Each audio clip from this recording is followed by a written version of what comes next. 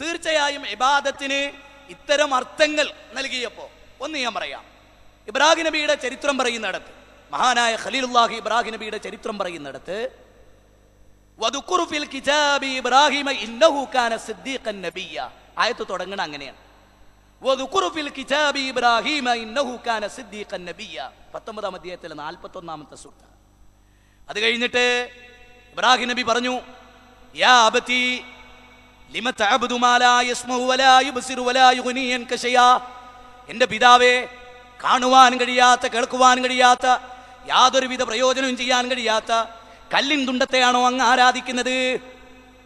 എന്നിട്ടാണ് പറയുന്നത്, യാ അബതി ലാ തഅബ്ദു ശൈത്താൻ, എൻ്റെ പിതാവേ, നിങ്ങൾ ശൈത്താനെ ആരാധിക്കരുത്. ആരും ശൈത്താൻ ആരാധിക്കാറില്ലല്ലോ, ശൈത്താനെ അനുസരിക്കലാണല്ലോ. അപ്പം ഇബാദത്തിന് അനുസരണം എന്നർത്ഥം പറഞ്ഞുകൂടെ? ഇതാണ് ജമാഅത്തേരെ. അതിനാണ് തൊട്ട് മുകളിലുള്ള ആയത്ത് വായിക്കാൻ പറഞ്ഞത്. പിതാവ് എന്താ അവിടെ ചെയ്തത്? പിശാച് അലങ്കൃതമാക്കി തോന്നിച്ച കാര്യം എന്താ? വിഗ്രഹാരാധന. ആ വിഗ്രഹാരാധനയെ ചെയ്ത് പിശാചിനനുസരിക്കാതെ കള്ളുടിക്കാൻ പറ്റുമോ? ആലോചിച്ച് നോക്കൂ. ഞാനൊരു പോയിന്റാ പറയുന്നത്, നിങ്ങൾ ശ്രദ്ധിക്കുക. പിശാചിനനുസരിക്കുക, ദേഹത്തെ അനുസരിക്കാതെ സ്മോക്ക് ചെയ്യാൻ പറ്റും? ദേഹത്തെ അനുസരിച്ച് സ്മോക്കിംഗ് ചെയ്തോ മുശ്രിക്കാവോ? ആവോ? ഇല്ലാന്ന്. എന്താ നിങ്ങൾക്ക് ഇങ്ങോട്ട് ബോധ്യം വരാത്തത്? ഇല്ലാന്ന്. കള്ളുടിച്ചു എന്ന് വിചാരിക്കുക, മുശ്രിക്കാവോ? ഇല്ല. വ്യഭിചരിച്ചു എന്ന് വിചാരിക്കുക, മുശ്രിക്കാവോ? ഇല്ല. എന്തേ തെളിവ്? മായിസ് റളിയല്ലാഹു വ്യഭിചരിച്ചു അല്ലേ? അതെ. അതിനോളം വലിയ തെളിവ് വേറുണ്ടോ? മായിസ് റളിയല്ലാഹു വ്യഭിചരിച്ചിട്ട് തൊഹിർനി യാ റസൂലല്ലാഹ്, അല്ലാഹുവിന്റെ റസൂലേ, എന്നെ ശുദ്ധീകരിക്കണം എന്ന് പറഞ്ഞില്ലേ? എന്താ ചെയ്തത്? വ്യഭിചാരം. ഈ മുശ്രിക്കായി. ഓ, ദേഹത്തിനനുസരിച്ച്, പിശാചിനനുസരിച്ച് മുശ്രിക്കായി, വിട്ട വണ്ടി എന്ന് പറയാ നബി. ഇത് നബി ചോദിച്ചു, അല്ല മൈസേ, നിസ്കരിച്ചില്ലേ ഞങ്ങളെ കൂടെ? അതെ. ആ പോയിക്കോ. നബി കണ്ണടക്കാണ്. ആലോചിക്കണം, 2 പോയിന്റാണ് അതിലുള്ളത്. ഒന്നെന്താ? ഭരണം കിട്ടിയ ആകെ ചില ആളുകളുടെ പ്രചരണം കിട്ടായിരിക്കോ. ചിലരോട് ചോദിക്കാറുണ്ട്, എന്നോടൊക്കെ ചോദിച്ചിട്ടുണ്ട്, അല്ല കൈമുറിക്കണമെന്ന് ഇസ്ലാമിലില്ലേ? ഉണ്ട്. വ്യഭിചരിച്ചവനെ എറിഞ്ഞു കൊല്ലണമെന്ന് ഇസ്ലാമിലില്ലേ? ഉണ്ട്. അപ്പോ ഇന്ത്യയിൽ ഭരണമുണ്ടോ? ഇല്ല. ഈ നിയമങ്ങൾ നടപ്പാക്കാൻ അപ്പം ഭരണത്തിന് വേണ്ടി ശ്രമിക്കണ്ടേ? ഓനെ വിശദീകരണം കേട്ട് ആകെ തോന്നുന്ന എന്താ അറിയാം? അള്ളാഹ് ദീൻ അവതരിപ്പിച്ച് കുറെ വികലാംഗരെ സൃഷ്ടിക്കാനാന്നാ തോന്നുക. ഏയ്, നിങ്ങൾക്കറിയോ മായിസ് റളിയല്ലാഹുവിന്റെ ചരിത്രം അറിയോ? നബി പലതവണ മുഖം തിരിച്ചറിയാ. നേരെ മറിച്ച് ജമാഅത്തെ ഇസ്ലാമിക്ക് ഭരണം ഉണ്ടെങ്കിലോ, ഫമല്ലം യഹ്കും ബിമാ അൻസലല്ലാഹു ഫൗലൈക ഹുമുൽ കാഫിറൂൻ ഫൗലൈക ഹുമുൽ ളാലിമൂൻ ഫൗലൈക ഹും ഫാസിഖൂൻ. കിട്ടിയടാ മായിസിനെ, വെട്ടടാ കൈ എന്നല്ലേ പറയാ. നബി തിരിച്ചയക്കുക. എന്തേ കൂട്ടരെ? മായിസിന്റെ പശ്ചാത്താപം അദ്ദേഹത്തിന്റെ ശരീരത്തെ അത്ര മെലിയിപ്പിച്ചു കളഞ്ഞു. അതിനോളം വലുതല്ല ഇനി എറിഞ്ഞുകൊല്ലൽ. പിന്നെ എറിഞ്ഞുകൊല്ലൽ എന്തിനാ നിയമാക്കിയത്? അത് ചിന്തിച്ചിട്ടുണ്ടോ നിങ്ങള്? ഈ സമൂഹത്തിന്റെ ഭദ്രതയാണ്. അതുകൊണ്ട് നിയമം നടപ്പാക്കുന്നതിൽ, ശിക്ഷ നടപ്പാക്കുന്നതിൽ നിങ്ങൾക്ക് ജീവൻ ഉണ്ട് എന്നാ ഖുർആൻ പറഞ്ഞത്. എന്താ ജീവൻ? സ്ഥിരമായിട്ട് എല്ലാവരും കട്ടിട്ട് അവരെ കൈയൊന്നും മുറിക്കാതെ അവിടെ വിട്ടാ വീട്ടിൽ സ്വസ്ഥമായിട്ട് ഇരിക്കാൻ പറ്റില്ല. അപ്പോൾ ഒരുത്തൻ്റെ കൈ വെട്ടിയ ബാക്കിയുള്ളവർക്കുള്ള സ്വസ്ഥതയാണ് കണ്ട്. കൈ വെട്ടിയോനും നരകത്ത് പോവും. എന്തേ? അള്ളാന്റെ ഒരു ഒടുക്കത്തെ നിയമം എന്ന് വിചാരിച്ചിട്ട് അവൻ ആ നിയമത്തെ ഏൽക്കുന്നെങ്കിലോ കാഫറായിട്ട് മരിച്ചുവോന്ന്. അപ്പൊ കൈ വെട്ടിയാലും ചിലപ്പോൾ നരകത്ത് പോകും, വെട്ടിയില്ലെങ്കിലും പോവും. അത് വിശ്വാസം അനുസരിച്ചാ. മായിസ് റളിയല്ലാഹു പലതവണ തിരിച്ചയച്ചില്ലേ? നബി പറഞ്ഞോ മായിസെ പിശാചിനനുസരിച്ചില്ലേ? അതേ നബിയെ, ഒരു ദുർബല നിമിഷത്തിൽ ഞാൻ പിശാചിന്റെ പ്രേരണക്ക് വശംവദനായി ഇജ്ജ് മുശ്രിക്കായി എന്ന് പറഞ്ഞോ? ഇല്ല. നേരെ മറിച്ച് അതേ മായിസ് റളിയല്ലാഹു ബിംബത്തിന്റെ മുമ്പ് പോയിട്ട്, ലാത്തന്റെ മുമ്പ് പോയിട്ട്, നബിയെ ഞാൻ എനിക്ക് രോഗം മാറ്റി തരണേ എന്ന് പറഞ്ഞു എന്ന് പറഞ്ഞാൽ, മായിസേ ശിർക്ക് വന്നിട്ടോ എന്ന് പറയില്ലേ നബി? പറയും. അതാണ് ബൈഅത്ത് ചെയ്ത 10 ആളിൽ നിന്ന് ഒരാളിൽ നബി കൈവലിച്ചു. എന്തേ പ്രശ്നം? 9 ആളെന്ന് സ്വീകരിച്ച് 10ാമത്തെ ആളെന്ന് കൈവലിച്ച് ചരട് കെട്ടിയിട്ടുണ്ട്. അത് ശിർക്കാണ്. കണ്ടോ? ചരട് കെട്ടിയ കണ്ടിട്ട് ഇവിടുത്തെ ജമാഅത്തെ ഇസ്ലാമിക്ക് ശിർക്കാണ് തോന്നിയിട്ടുണ്ടോ? എത്ര ചരടുകൾ പൊട്ടിച്ചിട്ടുണ്ട്? എത്ര ചരടിനെതിരെ നിങ്ങൾ ശബ്ദിച്ചിട്ടുണ്ട്? വ്യത്യാസം മനസ്സിലായ നിങ്ങൾ? നേരെ മറിച്ചോ, താകൂത്തി ഭരണകൂടത്തെ അനുസരിക്കണ്, കാഫറായി പോട്ടോ. നീരുപാധിക അനുസരിച്ചാൽ മുശ്രിക്ക് അല്ലേ? നീരുപാധിക അനുസരിച്ചാൽ മുശ്രിക്ക്. ആരനുസരിച്ചാലും മുശ്രിക്ക് അല്ലേ? കേട്ടോളൂ. ഷെയ്ഖ് മുഹമ്മദ് കാരക്കുന്നിന്റെ ഫേസ് ടു ഫേസ് 2 പണ്ഡിതന്മാർ, മുജാഹിദ് പണ്ഡിതന്മാരും അതുപോലെ ജമാഅത്തിന്റെ പണ്ഡിതനും, 2 പണ്ഡിതന്മാർ അവർ നടത്തിയിട്ടുള്ള ഫേസ് ടു ഫേസ് പ്രോഗ്രാമാണ്. ഇതിലെ ഈ പുസ്തകത്തിന്റെ 181ാമത്തെ പേജിൽ ഷെയ്ഖ് മുഹമ്മദ് കാരക്കുന്നിന്റെ ഒരു മറുപടി ഉണ്ട്. നീരുപാധികമായി അല്ലെങ്കിൽ പരമമായി അവനെ മാത്രമേ അനുസരിക്കാനും അടിമപ്പെടാനും പാടുള്ളൂ. നിരുപാധികം. നിങ്ങൾ നോക്കൂ, ഇവരുടെ ഭരണഘടനയിൽ നബിയെ പറ്റി പറയുന്ന ഭാഗം കേട്ടോളൂ നിങ്ങൾ. ഇവരുടെ ഭരണഘടന ഈ ഭരണഘടനയിൽ നബിയെ പറ്റി പറയുന്നത് എന്തറിയോ? കേട്ടോളൂ. മുഹമ്മദ് നബി സല്ലല്ലാഹു അലൈഹി വസല്ലം തിരുമേനിയിൽ നിന്നുള്ളതെന്ന് തെളിഞ്ഞ എല്ലാ ശിക്ഷണ നിർദ്ദേശങ്ങളെയും നിരുപാധികമായി സ്വീകരിക്കണം. ഇവിടെ പറയുന്നത് നിരുപാധികമായി അള്ളാഹിനെ അനുസരിക്കാൻ പാടുള്ളൂ. മറുഭാഗം അള്ളാഹിനെ മാത്രമേ അനുസരിക്കുക. അല്ലാത്തവരെ നിരുപാധികം അനുസരിച്ചാൽ ഓ മുശ്രിക്ക്, നബീനെ നിരുപാധികം അനുസരിക്കണം. എന്താ സ്ഥിതി? എന്താ അപകടം? ഈ അപകടം ശരിക്കും മനസ്സിലാക്കുക. അതിനെ ഞങ്ങൾ പറഞ്ഞത്. അള്ളാഹുവിന് യാതൊരുവിധ ഗാംഭീര്യവും ഈ രംഗത്ത് ജമാഅത്തെ ഇസ്ലാമി നൽകിയിട്ടില്ല. നിങ്ങൾക്കറിയോ? അള്ളാഹുവിന് ഗാംഭീര്യം വളരെ കുറച്ച് കണ്ടൊരു വ്യക്തിയായിരുന്നു മൗദൂദി സാഹിബ് എന്ന് അദ്ദേഹത്തിന്റെ കൃതി ഒരു ആവർത്തി വായിക്കുന്നവർക്ക് തോന്നും. എന്താ കാരണം? ഞാൻ നിങ്ങൾക്ക് വായിച്ച് കളിപ്പിച്ചു തരാം. അദ്ദേഹത്തിന്റെ രക്ഷാസരണി Abdulla Maududi Sahib Islamic publishing house അല്ലെ IPH പ്രസിദ്ധീകരിച്ചതാ. ഞെട്ടരുത്, വായിച്ച് കളിപ്പിച്ചു തരാം. പൊട്ടുകയും ചെയ്യരുത്. കണ്ടോളൂ. ദൈവത്തിൽ നിന്ന് ഒരു സൂചന ലഭിക്കുന്ന മാത്രയിൽ നാം നാനാഭാഗത്തു നിന്നും അറസ്റ്റ് ചെയ്യപ്പെട്ട്, അള്ളാഹ് അവതരിപ്പിക്കുക. കേട്ടോളൂ. അറസ്റ്റ് ചെയ്യപ്പെട്ട് അവന്റെ സന്നിധാനത്തിൽ ഹാജരാക്കപ്പെടുന്നതാകുന്നു. കേട്ടോ? അള്ളാഹ് മുമ്പിലേ. കേട്ടോളി. അടുത്ത്, അനന്തരം നമ്മൾ ഓരോരുത്തരോടും അവരിപ്രകാരം ചോദ്യം ചെയ്യും. എന്റെ പ്രജകളായിരിക്കെ സ്വയം രാജകത്വം വാദിക്കാൻ നിങ്ങൾക്ക് എവിടെ നിന്ന് അവകാശം ലഭിച്ചു? ഒന്ന്, എന്റെ നാട്ടിൽ. കേട്ടോളിട്ടോ. എന്റെ നാട്ടിൽ എന്താ അള്ളാഹിനെ പറ്റി പറഞ്ഞതെന്ന് കേട്ടോളൂ. എന്റെ നാട്ടിൽ സ്വന്തം ആജ്ഞ നടത്തുവാനുള്ള അധികാരം നിങ്ങൾ എവിടെ നിന്ന് കൊണ്ടുവന്നു? എന്റെ നാട്ടിൽ എന്ന് പറഞ്ഞാൽ ഈ ഭൂമിയിൽ ഒരു മൂലയിൽ പടച്ചോൻ ഇങ്ങനെ കസാരയെ കുത്തിരിക്കുക. നോക്കുങ്ങൾ. എന്റെ നാട്ടിലെ പടച്ചോന്റെ നാട്ടില് അള്ളാന്ന് പറഞ്ഞാൽ പഴശ്ശിരാജനെ പോലെയൊക്കെ ഒരു നാട്ടുരാജാവ്. മൗദൂദിയുടെ ഭാഷയിൽ എത്ര കൃതികളിലാണ് അങ്ങനെ ഉള്ളതെന്ന് അറിയുങ്ങൾ? ഭൂമിയിലെ രാജാവാണോ അല്ല? ഭൂമിയിലെയും ആകാശത്തിലെയും രാജാവാണോ അല്ല? പദാർത്ഥാതീതനായ ലോകത്തെ മുഴുവൻ നിയന്ത്രിക്കുന്ന സർവശക്തനാണ് പടച്ച തമ്പുരാൻ അല്ലേ? ആ പടച്ച തമ്പുരാനെ ഒരു നാട്ടുരാജ്യത്തിന്റെ രാജാവായി അവതരിപ്പിക്കുന്ന കേട്ടോളൂ നിങ്ങൾ. എന്നിട്ട് കേട്ടോളൂ. എന്റെ നാട്ടിൽ സ്വന്തം ആജ്ഞ നടത്തുവാനുള്ള അധികാരം നിങ്ങൾ എവിടെ നിന്ന് കൊണ്ടുവന്നു? എന്റെ ഭരണകൂടത്തിൽ സ്വന്തം നിയമങ്ങൾ നടപ്പാക്കാൻ നിങ്ങൾ ആരായിരുന്നു? എന്റെ അടിമകളായിരിക്കെ അന്യർക്ക് അടിമവൃത്തി ചെയ്യാൻ നിങ്ങൾ എങ്ങനെ ഇഷ്ടപ്പെട്ടു? ബിലാലിനോടൊക്കെ അത് അള്ളാഹ് ചോദിക്കൂലേ അല്ലേ? നമ്മളൊന്ന് ആലോചിച്ച് നോക്കണേ. ഇവിടെ ഈ രംഗം. ബിലാൽ റളിയല്ലാഹു തൗഹീദ് സ്വീകരിച്ചു, ലാ ഇലാഹ ഇല്ലല്ലാഹ് സ്വീകരിച്ചു. ശത്രുക്കൾ അതിന്റെ പേരിൽ അദ്ദേഹത്തെ പീഡിപ്പിച്ചു. നേരെ നിങ്ങൾ ആലോചിച്ച് നോക്കൂ. മക്കയിലെ മുശ്രിക്കുകള് അടിമത്വവും അള്ളാഹുവിനും കൂടി ആക്കിയാലേ ലാ ഇലാഹ ഇല്ലല്ലാഹ് പൂർത്തിയാവും എന്ന് പറഞ്ഞാൽ പിന്നെ ബിലാലിനെ മർദ്ദിക്കൂ? ഏയ്, ആലോചിച്ച് നോക്കൂ. അദ്ദേഹത്തിന്റെ യജമാനന്മാർ ഈ ബിലാലിനെ മർദ്ദിക്കോ? കാരണം ബിലാൽ പൂർണ്ണ പിന്നെ തൗഹീദ് സ്വീകരിച്ചിട്ടില്ലല്ലോ. അടിമത്വം കൂടി അള്ളാഹ് ആക്കിയാലേ എന്താവുള്ളൂ? അപ്പൊ അവൻ എന്റെ അടിമയാ, പിന്നെ അവനെ തെക്കണോ? ലാ ഇലാഹ ഇല്ലല്ലാഹ് പൂർത്തിയായിട്ടില്ലല്ലോ. മനസ്സിലായില്ല? ആ പോയിന്റ് ക്ലിക്ക് ചെയ്തില്ല. നന്നായിട്ട് ആലോചിക്കുക. എന്നിട്ട് വിളിയടാ ലാത്ത വല്ലുസ്സ. അവര് പറയാ ലാത്തേ ഉസ്സ എന്ന് വിളിക്ക്, ശിർക്ക് ചെയ്യ്.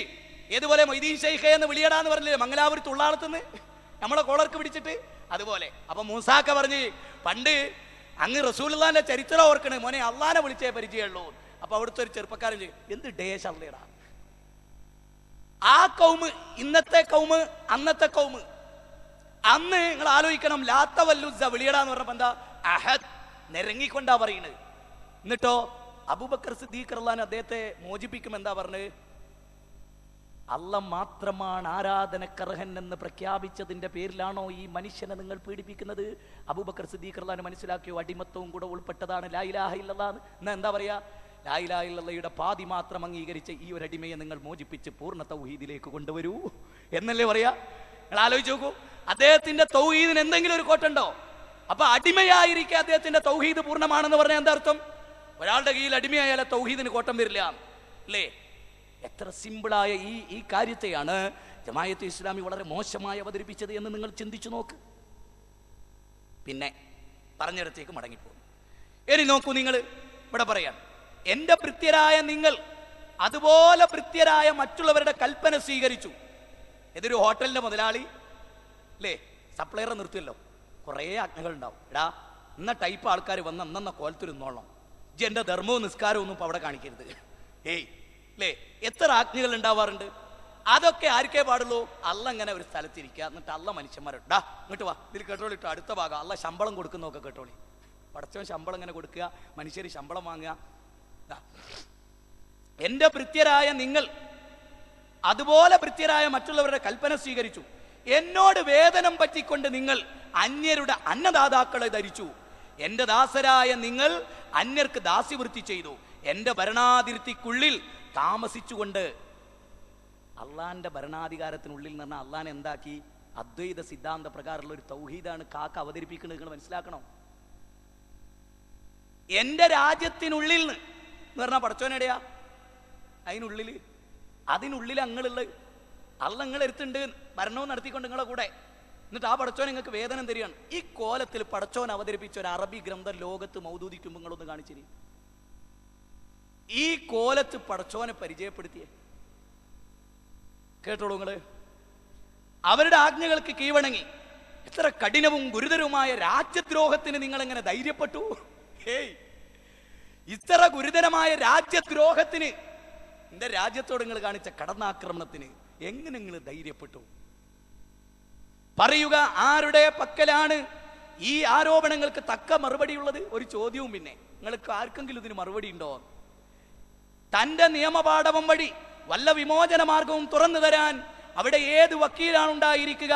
ദൈവത്തോട് ധിക്കാരപൂർവമായ ഈ രാജ്യദ്രോഹത്തിന്റെ കഠിന ശിക്ഷയിൽ നിന്ന് രക്ഷിക്കുന്ന ഏതൊരു ശുപാർശകനെയാണ് നിങ്ങൾ പ്രതീക്ഷിക്കുന്നത്? ഇക്കോലത്തിലാണ് പടച്ചോൻ അവതരിപ്പിച്ചത്. ഇത് വായിക്കുമ്പോ എന്റെ മനസ്സിൽ ഓടി വന്ന ചില ആയത്തുകളുണ്ട്. അതെന്തറിയോ?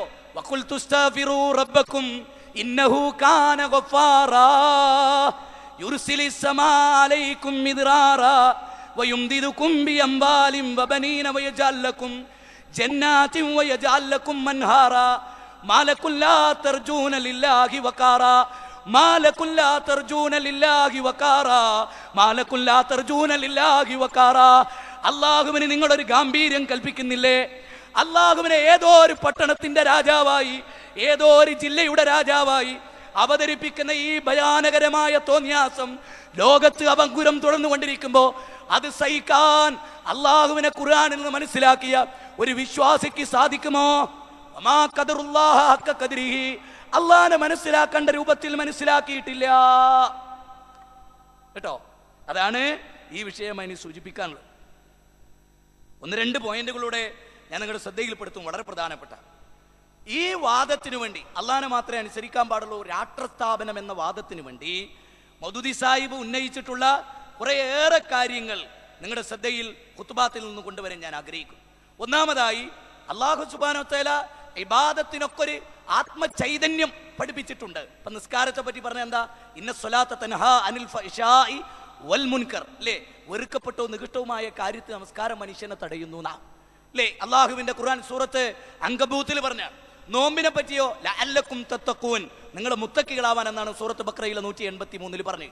എന്നാൽ മൗദൂദി സാഹിബ് ഹജ്ജ്, നോമ്പ്, സക്കാത്ത്, നമസ്കാരം തുടങ്ങിയിട്ടുള്ള കാര്യങ്ങൾ ഭരണം സ്ഥാപിക്കാനുള്ള ട്രെയിനിങ് ആയിട്ടാണ്. എന്നാൽ അള്ളാഹ് ഇസ്ലാമിൽ ഇതൊക്കെ പഠിപ്പിക്കുന്നതിനോ ഭരണം കിട്ടിക്കഴിഞ്ഞാൽ ഇതൊക്കെ അവർ നിലനിർത്തുന്നതാണ്. ഇവിടെ അദ്ദേഹം പറയുന്നതോ ഇതുണ്ടെങ്കിലേ ഭരണം കിട്ടൂ, അത് അതിനുള്ള പരിശീലനാണ്. കേട്ടോളൂ. ഖുത്ബാത്ത് ഒരു ആവർത്തി വായിക്കുന്നവർക്കറിയാം, മൗദൂദി സാഹിബ് ഒരു പുതിയ വാദം അവതരിപ്പിച്ച് ലോകത്താർക്കും പരിചയമില്ല, അതൊരു നവീന ആശയമാണ്.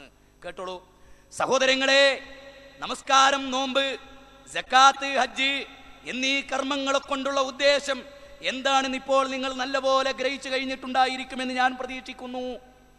ഖുത്ബാത്ത് ഉടനീളം പ്രയോഗിച്ചൊരു പ്രയോഗം എന്താ അറിയോ? ഇപ്പോൾ നിങ്ങൾ നല്ലപോലെ ഗ്രഹിച്ചു കഴിഞ്ഞിരിക്കുന്നു എന്ന് പറഞ്ഞാൽ അദ്ദേഹം മറ്റൊരു സ്ഥലത്ത് പറയുന്നുണ്ട്, ഞാൻ വരുന്ന വരെയുള്ള നൂറ്റാണ്ട് ഈ കാര്യത്തിലൊക്കെ ഒരു ആരാധന എന്ന് മാത്രം ഇങ്ങനെ പറഞ്ഞങ്ങോട്ട് ഒഴുക്കമട്ടിൽ വിടുക, ഇതായിരുന്നു അവരുടെ നടപടി. കേട്ടോളൂ, നിങ്ങൾ നല്ലപോലെ ഗ്രഹിച്ചു കഴിഞ്ഞിട്ടുണ്ടായിരിക്കുമെന്ന് പ്രതീക്ഷിക്കുന്നു.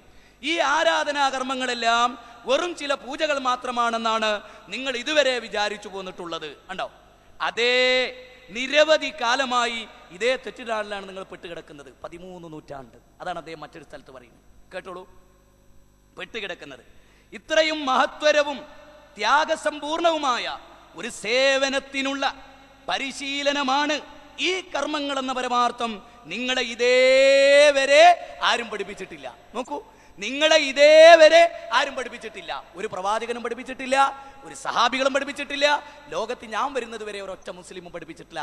ഇനി പറയൂ, ഈ വാദത്തെ അംഗീകരിക്കേണ്ട വല്ല കാര്യവും ജമാഅത്തെ ഇസ്ലാമി സുഹൃത്തുക്കളെ പരലോകത്തെ പ്രതീക്ഷിക്കുന്നവർക്കുണ്ടോ? മൗദൂദി സാഹിബ് തുറന്ന് പറയാണ്, ഞാനൊരു നബീന്റെ റോളിലാണ്. ഞാനൊരു പുതിയ കാര്യമായിട്ടാണ് വന്ന് നിങ്ങൾ ഇന്നെ സൂക്ഷിക്കണം. ഏതുപോലെ ഖാദിയാനിനെ സൂക്ഷിച്ച പോലെ, മിർസാ ഗുലാം അഹമ്മദ് അൽ ഖാദിയാനിയെ സൂക്ഷിച്ച പോലെ നിങ്ങൾ ഇന്നെ സൂക്ഷിക്കണം.